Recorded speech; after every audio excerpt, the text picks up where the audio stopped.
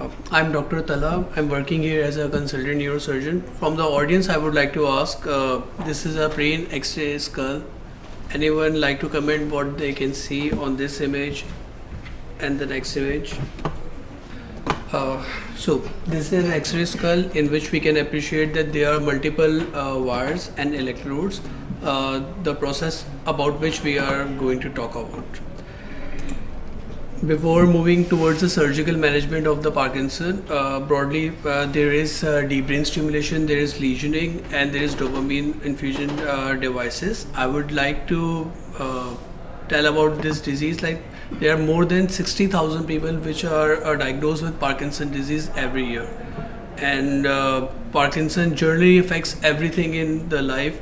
The way you wake up, the way you talk, walk, and to the night you go to bed, everything is dependent on the motor response.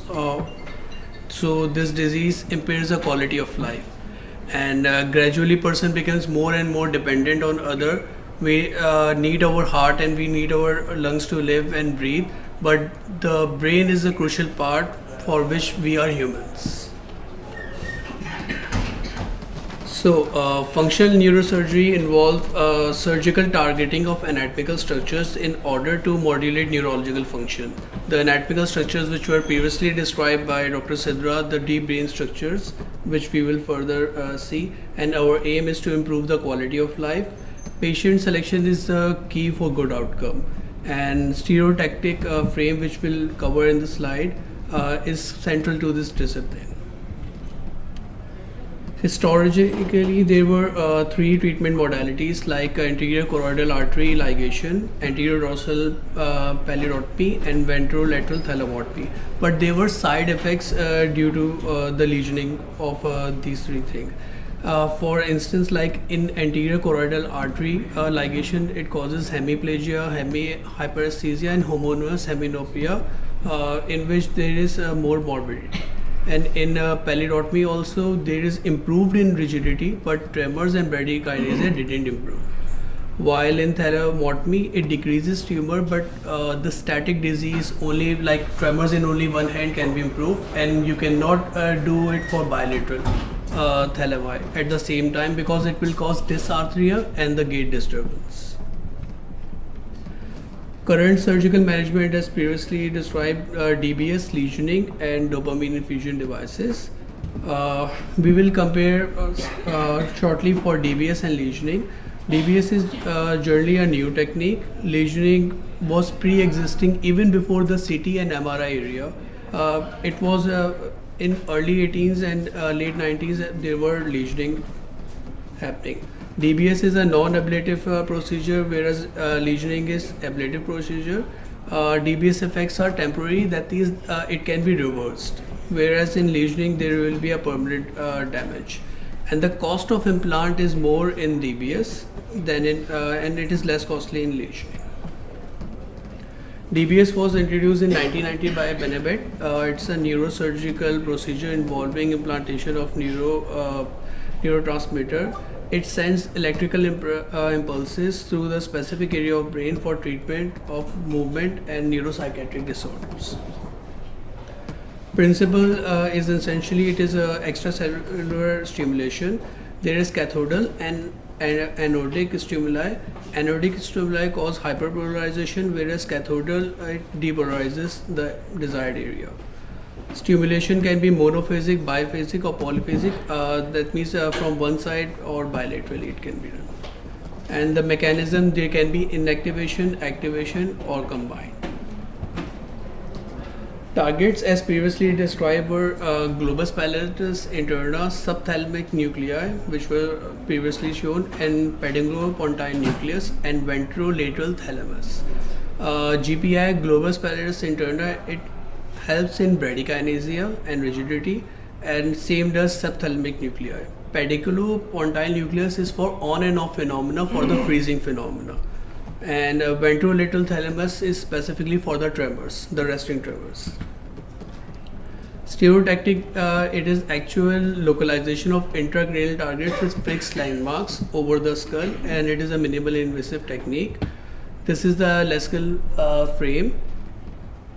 which we will see in the video also later. This is a diagram in which you can see that electrode cathode is placed deep into the brain and wire is connected, and the device which is placed is beneath the skin, over the shoulder area, over the chest area, and electrical impulses are generated through this implantable generator device. Components, it consists of three things: neurostimulator, extension devices, and the electrodes which are planted inside the brain. Indication for DBS, as previously told, failure of medical management, levodopa-induced dyskinesias. As you have seen in the previous presentation, the on phase becomes very narrow. Initially, there is like 6 to 8 hours patient is getting relief, then with passage of time, the on phase is reduced, and patients are taking like 8 medication per day, but limited response to the medication. Then painful muscular spasm, postural instability, and primary rigidity and bradykinesia itself are indication for DBS. What are contraindication? That is the patient selection, in which a neurologist plays a key role. Secondary Parkinsonism, or patient with dementia or with any deficit generally are contraindication for DBS, and age above 85, and normal dopamine transport scan. And the patient who are good responder to the levodopa are the ideal candidates. Dopamine transport scan generally confirms diagnosis. I will show you the image. This is a normal scan of the patient, in which you can appreciate coma-shaped basal ganglia, and this is the abnormal scan, in which you can see that there is decreased dopamine secretion. This is the technique. This is the Lexel frame, and the electrodes are implanted inside the patient.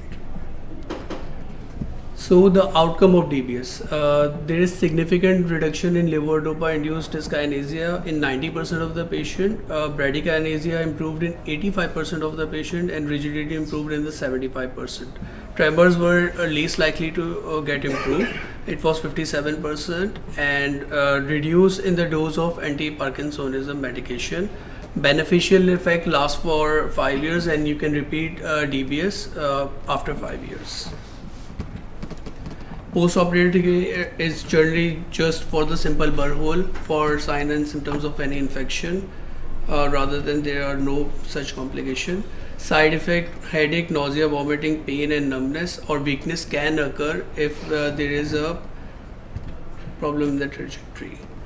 Hardware-related complication includes lead migration, erosion, there can be lead fracture, and malfunction of the device itself.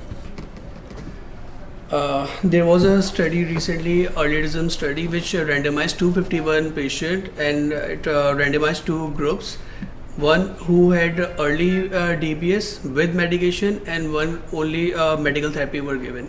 After 2 years, neurostimulation had more better motor response as compared to the previous group.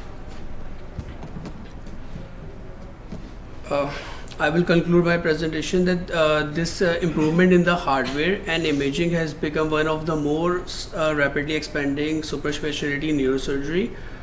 Improvement in quality of life can be achieved with multidisciplinary approach and patient selection and follow-up. And DBS is generally very similar to the pacemaker of the heart.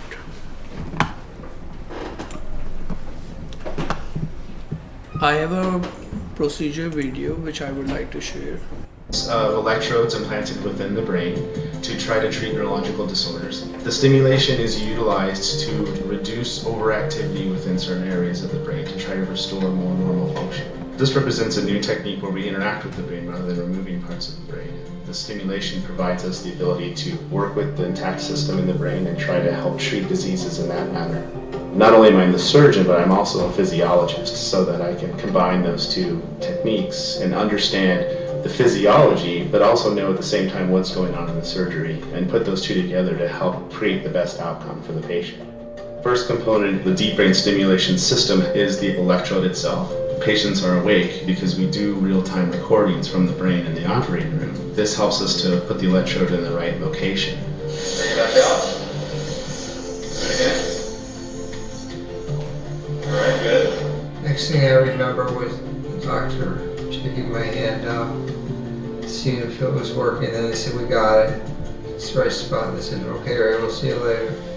When you see someone have their symptoms treated almost instantaneously in the operating room, you have this anticipation of seeing them come back to clinic. No walker, no wheelchair, and no tremor is very rewarding.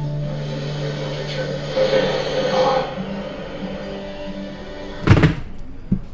So this thing I want to emphasize that this is being done in awake, not when patient is awake. So it's very safe procedure, and We are really you can see here. there is a 2 to 3 second delay between the tremors, which you can see.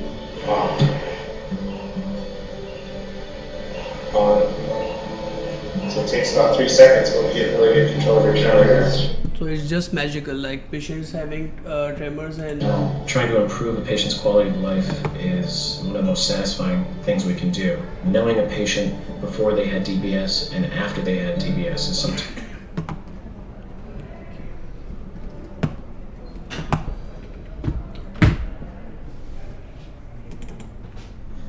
So the first thing I want you to do is to kind of bring out your hands like this. Okay, good. With this finger, reach out to my finger. Try to hold it there. Okay, and then touch your nose. So I met Jim about 3 months ago now, and he was the patient's under light sedation. We get to the point where we make a small incision in the scalp, make a dime-size opening in the skull. So we've marked the entry point on the skull. Now we'll do some drilling. This is a device that we use to drive the electrode down to our target in the brain. Once we're happy with where we're located, we test the limits.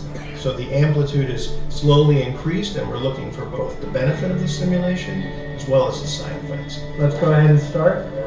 Can you pretend you're drinking from that? Try to bring that up to your face.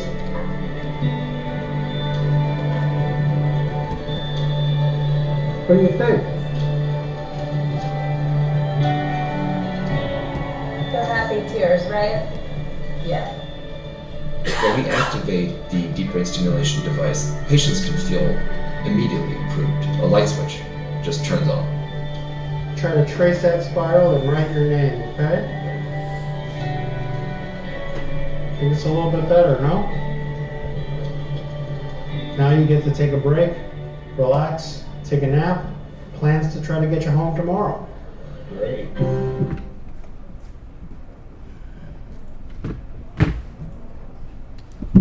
thank you everyone.